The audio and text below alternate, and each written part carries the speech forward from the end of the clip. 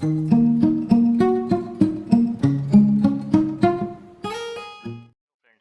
Welcome to our channel tax knowledge, जहां हम आपकी टैक्स रिलेटेड हर क्वेरी का जवाब देते हैं। आज इस वीडियो में मैं आपको बजट 2023 में इनकम टैक्स से रिलेटेड जो इम्पोर्टेंट अपडेट्स आए हैं आज वो बताऊंगा। तो इससे पहले कि मैं आगे बढ़ूं, मैं आपसे रिक्वेस्ट करूंगा कि आप हमारे चैनल को सब्सक्राइब करें और बेल आइकन को प्रेस करें ताकि आपको हमारे वीडियोस के रेगुलर अपडेट्स मिलते रहें। इसके अलावा अगर आपकी कोई क्वेरी है या आपको हमारा वीडियो कैसा लगा, अगर आप ये हमें बताना चाहते हैं तो आप हमें कमेंट सेक्शन में लिख के ज़रूर बता सकते हैं।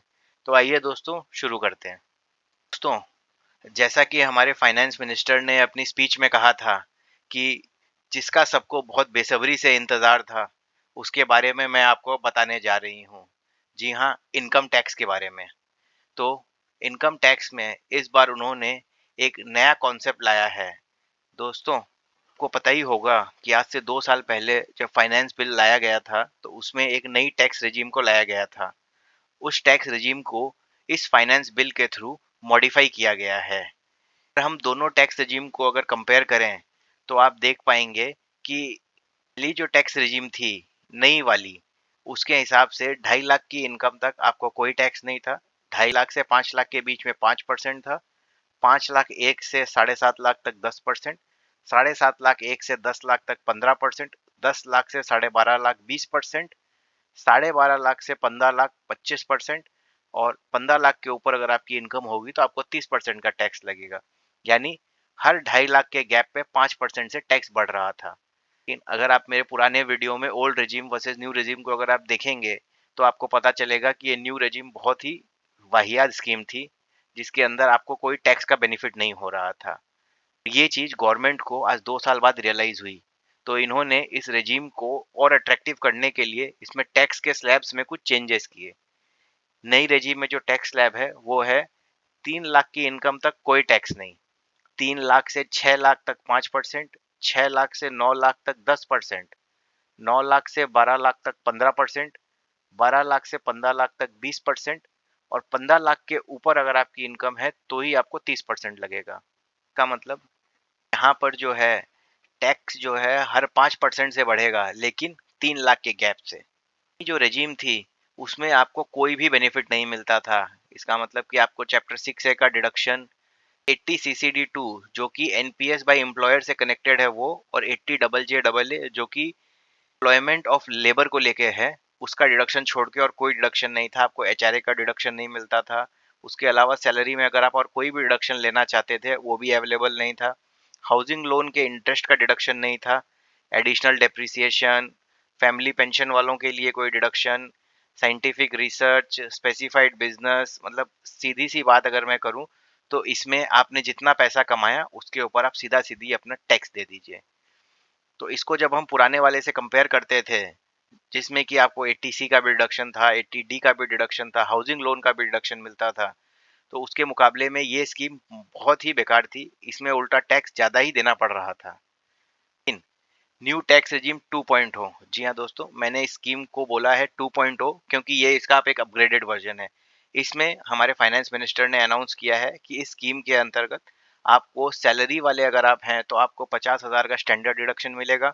और अगर आप फैमिली पेंशन मिलता है आपको तो उसमें जो एक स्टैंडर्ड 15,000 का डिडक्शन है वो मिलेगा। उसके अलावा एक अग्निवीर फंड का अनाउंसमेंट किया गया है, उसमें भी अगर आप कुछ कंट्रीब्यूशन करते हैं तो 80 CCH में उसका डिडक्शन मिलेगा। और सबसे इम्पोर्टेंट चीज जो इसके लिए अनाउंस की गई है वो है कि 87A सेक्शन में न्यू रेजिम में एक डिडक्शन अलाउ किया जाएगा। और वो डिडक्शन जो है वो एग्जिस्टिंग डिडक्शन से ज़्यादा होगा, लेकिन वो होगा अगर आप सिर्फ न्यू रेजिम 2.0 ऑप्ट करते हैं। ये आपको ना ही पुराने रेजिम में मिलेगी और ना ही न्यू टैक्स रेजिम 1.0 में। इसके अलावा को और कोई डिडक्शन क्लेम नहीं मिलेगा जैसे कि पहले न्यू रेजिम में था। इसमें और एक नई चीज की गई है, इस स्कीम को association of person, body of individual, artificial judicial person के लिए भी एक्सटेंड कर दिया गया है। यानी कि अगर कोई एओपी, बीओआई या एजेपी है तो वो भी स्कीम को ऑप्ट कर सकती है और बिना किसी डिडक्शन को क्लेम किए अपना रिटर्न फाइल कर सकती है। अब मैं अगर आपको पुरानी रेजिम और न्यू रेजिम 2.0 के टैक्स स्लैब का कंपैरिजन अगर आपको बताऊं तो इस बजट में पुराने रेजिम में कोई छेड़छाड़ नहीं की गई है। यानी कि अगर आप कभी भी पुराने सिस्टम से रिटर्न लगाना चाहें, जहाँ पर कि आपको 80C का डिडक्शन मिलता है, 80G का डिडक्शन मिलता है, 80 का डिडक्शन मिलता है और बैंक इंटरेस्ट का 80 TTA में डिडक्शन मिलता है, तो आपके लिए अभी भी बेसिक एग्जेम्पशन की जो छूट है वो 2.5 लाख तक है। 2.5 लाख से 5 लाख की इनकम तक आपकी टैक्स रेट है 5%, 5 लाख से 10 लाख तक 20%, और अगर आपकी इनकम 10 लाख से ऊपर होगी तो आपको 30% का टैक्स लग जाएगा। यानी कि अगर आपकी इनकम न्यू रेजिम में 15 लाख के ऊपर होती है तो आपको 20% टैक्स लगता है। वहीं अगर आपकी ओल्ड रेजिम में 10 लाख से भी अगर इनकम ऊपर हो जाती है, आपको 30% का टैक्स लग जाएगा। तो आप यहाँ देख ही सकते हैं कि यहाँ पर अपरेंटली दिख रहा है कि टैक्स में बहुत ज़्यादा डिफरेंस रहेगा। अगर मैं इसको आपको एक टैक्स कैलकुलेशन के माध्यम से बताऊं तो ये आपको और क्लियर हो जाएगा। मान लीजिए किसी आदमी की इनकम 15 लाख रुपए है और उसको 80C में जो डिडक्शन है 1.5 लाख का पूरा मिलता है, 80D का 25,000 का डिडक्शन पूरा मिलता है, और वो एनपीएस जो स्कीम है 80CCD1B वाली यानी सेल्फ कंट्रीब्यूशन वाली, उसमें भी वो 50,000 की अपनी पूरी इन्वेस्टमेंट करता है। यानी कि वो 1,25,000 का पूरा बेनिफिट क्लेम कर रहा है। तो इसमें होगा क्या कि अगर आप पुराने रेजिम में देखते हैं तो 2.5 लाख की इनकम तक आपको कोई टैक्स नहीं लग रहा है। 2.5 लाख 1 से 5 लाख पर 5% यानी 12,500, 5 लाख से 10 लाख की इनकम में 20% यानी कि 1 लाख, और 10 लाख से 12,75,000 यानी कि 15 लाख माइनस 2,25 12,75, उस पे आपको 30% का टैक्स लगेगा, वो होता है 82,500। तो इसका टोटल हो गया 1,95,000। यानी कि अगर आप ओल्ड रेजिम में रहते हैं और 15 लाख की इनकम कमाते हैं तो आपको टैक्स लग जाएगा 1,95,000 का। अगर आप न्यू रेजिम 2.0 में हैं तो आपका टैक्स कैसे कैलकुलेट होगा? 0 से 3 लाख तक 0, 3 लाख 1 से 6 लाख तक 5% यानी कि 15,000, 6 लाख 1 से 9 लाख पे 10% यानी 30,000, 9 लाख 1 से 12 लाख पर 15% यानी 45,000, 12 लाख 1 से 15 लाख पर 20% यानी कि 60,000, यानी कि आपका टोटल टैक्स हो गया 1,50,000 रुपए का। तो अगर हम दोनों को कंपेयर करें तो आप देख सकते हैं कि अगर आप न्यू रेजिम 2.0 को ऑप्ट करते हैं तो यहाँ पर आपको 45,000 का टैक्स सेव होता है। लेकिन मान लीजिए कि आपने हाउसिंग लोन भी ले रखा है और उसके ऊपर आपको इंटरेस्ट पेमेंट करना पड़ रहा है, तो यहाँ पर होगा क्या कि आपकी जो इनकम है वो 12,75,000 की जगह 10,75,000 तक पहुंच जाएगी, क्योंकि आपको हाउसिंग लोन का 2 लाख का इंटरेस्ट मिलेगा। तो इसमें होगा क्या कि ओवरऑल कैलकुलेशन में आपकी पुरानी रेजीम में 1,35,000 का टैक्स हो जाएगा और न्यू रेजीम में आपका टैक्स हो जाएगा 1.5 लाख का। इससे होगा क्या कि पुराने रेजीम में आपको 15,000 रुपए का फायदा रहेगा। तो यहाँ पर दोस्तों मैं आपको एक चीज बता देना चाहता हूँ कि आपको कौन सा रेजीम ऑप्ट करना है, ये आपको अपनी इनकम, अपने इन्वेस्टमेंट्स और डिडक्शंस को चेक करके कैलकुलेट करके डिसाइड करना होगा कि आपको कौन सा रेजीम बेटर रहेगा। ये मार्केट में चल रहा है कि न्यू रेजीम बहुत अच्छा है, न्यू रेजीम बहुत अच्छा है, आपको इस पर ध्यान नहीं देना है। आपको अपनी इनकम और अपने इन्वेस्टमेंट और अपने डिडक्शंस पे ध्यान दे के टैक्स कैलकुलेट करना है कि आपके लिए कौन सा स्कीम बेटर रहेगा। अब आ जाते हैं अगले बड़े अमेंडमेंट की तरफ, जो कि है सेक्शन 54 एंड 54F से रिलेटेड। यहाँ पर कैपिटल गेन का डिडक्शन होता है, यानी कि सेक्शन 54 के अंदर अगर आप कोई रेसिडेंशियल हाउस सेल करते हैं और एक नया रेसिडेंशियल हाउस खरीदते हैं तो आपको कोई टैक्स नहीं देना पड़ता है। मान लीजिए आपने हाउस बेचा, आपको गेन हुआ 5 करोड़ का, और आपने नया घर 5 करोड़ का अगर खरीद लिया है तो आपको 5 करोड़ का पूरा डिडक्शन मिल जाता है और आपको कोई टैक्स नहीं लगता है। उसी तरह रेसिडेंशियल हाउस छोड़ के अगर कोई भी कैपिटल एसेट आपने बेचा है और उसकी सेल प्रोसीड्स को आप नई प्रॉपर्टी रेसिडेंशियल हाउस लेने में अगर री इन्वेस्ट कर देते हैं तो आपको कोई टैक्स नहीं लगता है। लेकिन यहाँ पर गवर्नमेंट ने सुपर रिच को टैक्स करने के लिए एक 10 करोड़ का रिस्ट्रिक्शन ला दिया है, यानी कि जो आप नया हाउस परचेस करेंगे की कीमत के 10 करोड़ रुपए की वैल्यू तक ही आपको रिडक्शन मिलेगा। अगर इसको अपने एक एग्जांपल के थ्रू समझें तो मान लीजिए आपने एक घर बेचा 15 करोड़ में, जिसका आपका कॉस्ट ऑफ इंडेक्सेशन लेने के बाद वैल्यू आती है 3 करोड़ की, यानी कि आपकी 12 करोड़ की कैपिटल गेन हो गई, कि से आपने एक नया घर खरीद लिया 15 करोड़ का। तो यहाँ पर होगा क्या कि आपको रिस्ट्रिक्शन जो है वो 10 लाख तक आपको कैपिटल गेन रिस्ट्रिक्ट हो जाएगी, और जो बैलेंस 2 करोड़ बचेगा उस पे आपको 20% का टैक्स लग जाएगा। इसके अलावा जो रिबेट अंडर सेक्शन 87A है उसमें भी एक चेंज किया गया है कि ओल्ड रेजिम में जो है आपको 5 लाख की इनकम तक कोई टैक्स नहीं लगता है और वो 87A के रिबेट में फुल्ली एग्जेम्प्ट हो जाता है।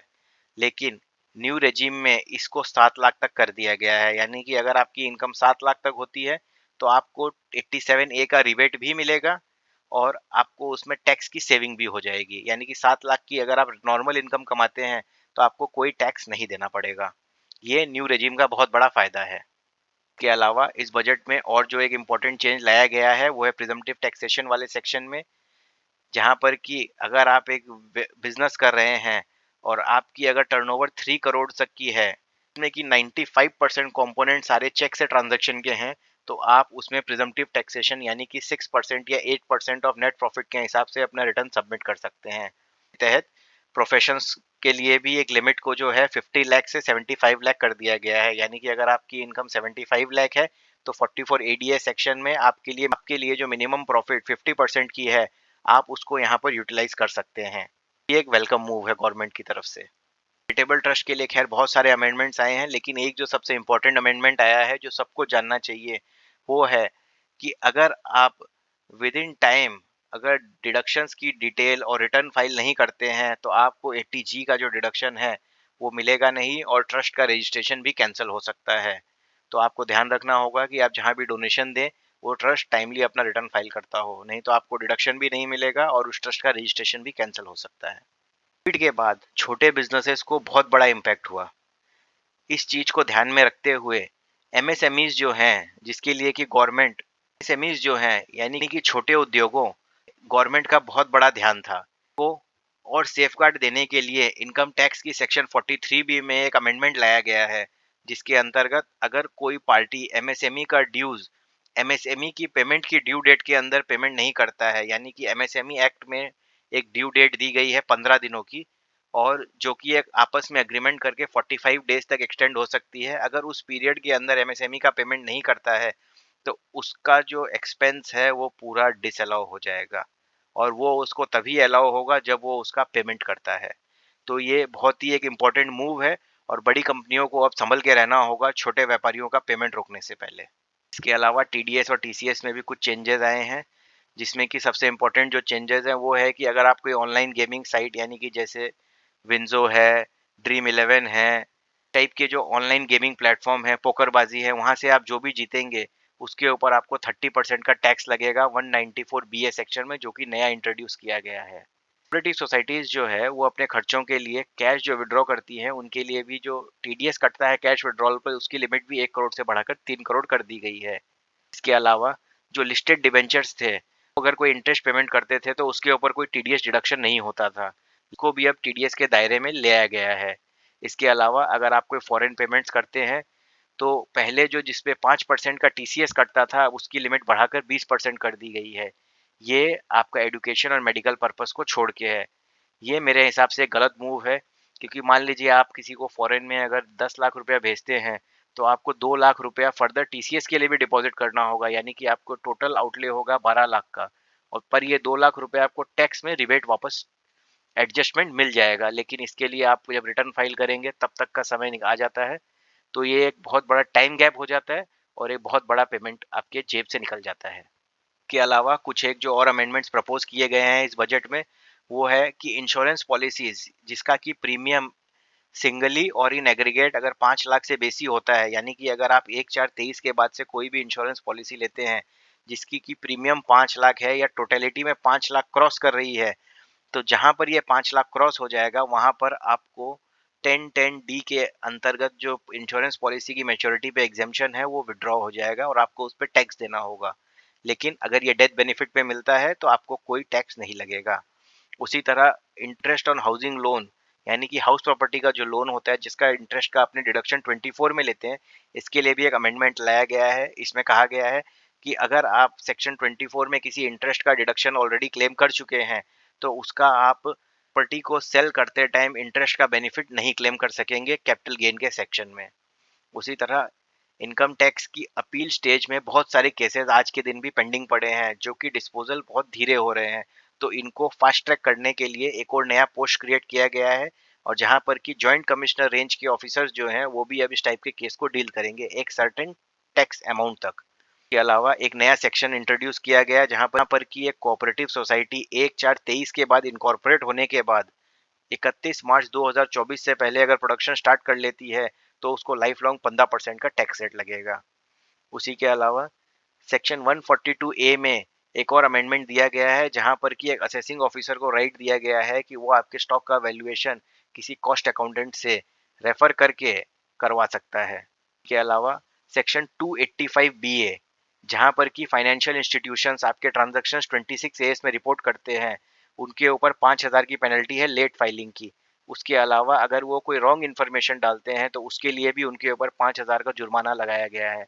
लेकिन यहाँ पर एक कैच दिया गया है कि अगर वो गलती पार्टी के रॉन्ग इन्फॉर्मेशन देने के कारण हुई है तो ये पैसा वो अपनी पार्टी से रिकवर कर सकते हैं। इसके अलावा स्टार्टअप्स को और बढ़ावा देने के लिए उनके लिए जो इनकॉर्पोरेशन और 80 आईएसी में जो डिडक्शन का बेनिफिट है उसको और एक साल से एक्सटेंड करके 31/3/2024 तक बढ़ा दिया गया है। और जो इम्पोर्टेंट अमेंडमेंट इस फाइनेंस बिल में आया गया है वो है सेक्शन 155 को लेके। दोस्तों, ये प्रॉब्लम आपने कभी ना कभी फेस की होगी या सुनी होगी कि आपने इनकम और बिल तो मान लीजिए पिछले साल में रेज कर दिया था, पर सामने वाली पार्टी ने इस पे जो टीडीएस है वो अगले साल डिडक्ट किया। तो इससे होता क्या है कि आप उस टीडीएस का क्लेम नहीं कर पाते हैं, क्योंकि वो इनकम तो आपने पहले ले ली पर टीडीएस आगे आया है। जब आप उस पार्टी को इसके लिए इन्फॉर्म करते हैं तो वो इसको रिवाइज भी नहीं करता है। तो इस चीज को कवर अप करने के लिए इनकम टैक्स ने एक नया सेक्शन इंट्रोड्यूस किया गया है, सेक्शन 155 सब सेक्शन 20, जहां कहा गया है कि अगर आप ये प्रूव कर देते हैं कि इनकम आपने पिछले साल में ले ली है पर टीडीएस अगले साल कटा है, तो असेसिंग ऑफिसर को पावर दिया गया है कि उस टीडीएस का क्रेडिट वो आपको पिछले साल में दे। इसके अलावा 1/4/22 के बाद अगर कोई आपकी स्क्रूटनी केस स्टार्ट होती है तो उसको खत्म करने का टाइम 12 महीने का दिया गया है। के अलावा सेक्शन 148 की जो नोटिस इशू करने की टाइमलाइन है उसमें भी एक छोटा सा अमेंडमेंट दिया गया है, जहां पर कि ये कहा गया है कि अगर कोई में कोई डॉक्यूमेंट मिलता है या किसी का बयान रिकॉर्ड होता है जिसमें कि कुछ उसने ऐसा कह दिया है जिससे आपके केस पे फर्क पड़ सकता है, और ये 15 मार्च के बाद हुआ है पर 31 मार्च से पहले हुआ है, तो ये 15 दिन का पीरियड नहीं काउंट किया जाएगा नोटिस इशू करने के लिए। अगर इस 31 मार्च के बाद इस पर्टिकुलर पीरियड के लिए अगर कोई नोटिस इशू होती है तो ये माना जाएगा कि ये नोटिस 31 मार्च के अंदर ही इशू की गई है। तो इस बजट में हमारे फाइनेंस मिनिस्टर ने एक बहुत बड़ा ऐलान किया था, जो था कि कैपिटल एक्सपेंडिचर को लेके उन्होंने इस बार 10 लाख करोड़ रुपए का प्रपोजल दिया है कैपिटल एक्सपेंडिचर के लिए, जो कि हमारे रेगुलर कैपिटल एक्सपेंडिचर जो कि इतने बरसों से हो रहा था ईयर और इनमें बहुत बड़ा इम्पैक्ट है। इससे होगा क्या कि इतना बड़ा खर्चा जब होगा इंफ्रास्ट्रक्चर डेवलपमेंट के लिए तो ऑटोमेटिकली जॉब्स क्रिएट होंगी, बिजनेसेस ग्रो करेंगी। उसके अलावा अगर आप देखें जो नया रेजीम है उसमें कोई डिडक्शंस नहीं है इन्वेस्टमेंट्स या सेविंग्स को लेके। इसका मतलब आप खुद ही समझ सकते हैं कि गवर्नमेंट का है कि भाई पैसे कमाओ खर्चा करो, सेविंग करने की दरकार नहीं है। क्योंकि हमारे गवर्नमेंट का पुश है कि हमारी इकोनॉमी अब 2.5-3 ट्रिलियन से 5 trillion with in 2 to 3 years पहुंच जाए, और इसको पहुंचाने के लिए खाली गवर्नमेंट का नहीं हमारा भी योगदान बहुत ज़रूरी है। इसीलिए हमें ऐसी ऐसी स्कीमें लाके दी जा रही है जिसमें कि खर्चे को बढ़ाने की कोशिश की जा रही है गवर्नमेंट की तरफ से। होप ये वीडियो आपको बहुत पसंद आया होगा। इसी तरह के और वीडियोस के लिए आप हमारे चैनल को सब्सक्राइब कर सकते हैं। Thank you friends.